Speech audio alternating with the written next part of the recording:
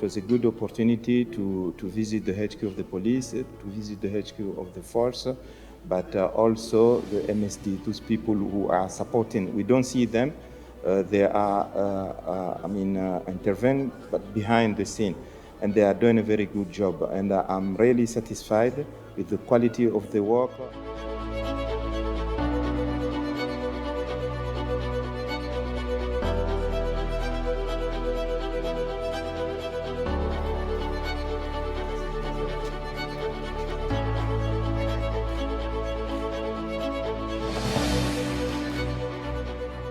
I will take this opportunity to thank the mission leadership, Fiona, and those people who are working around them.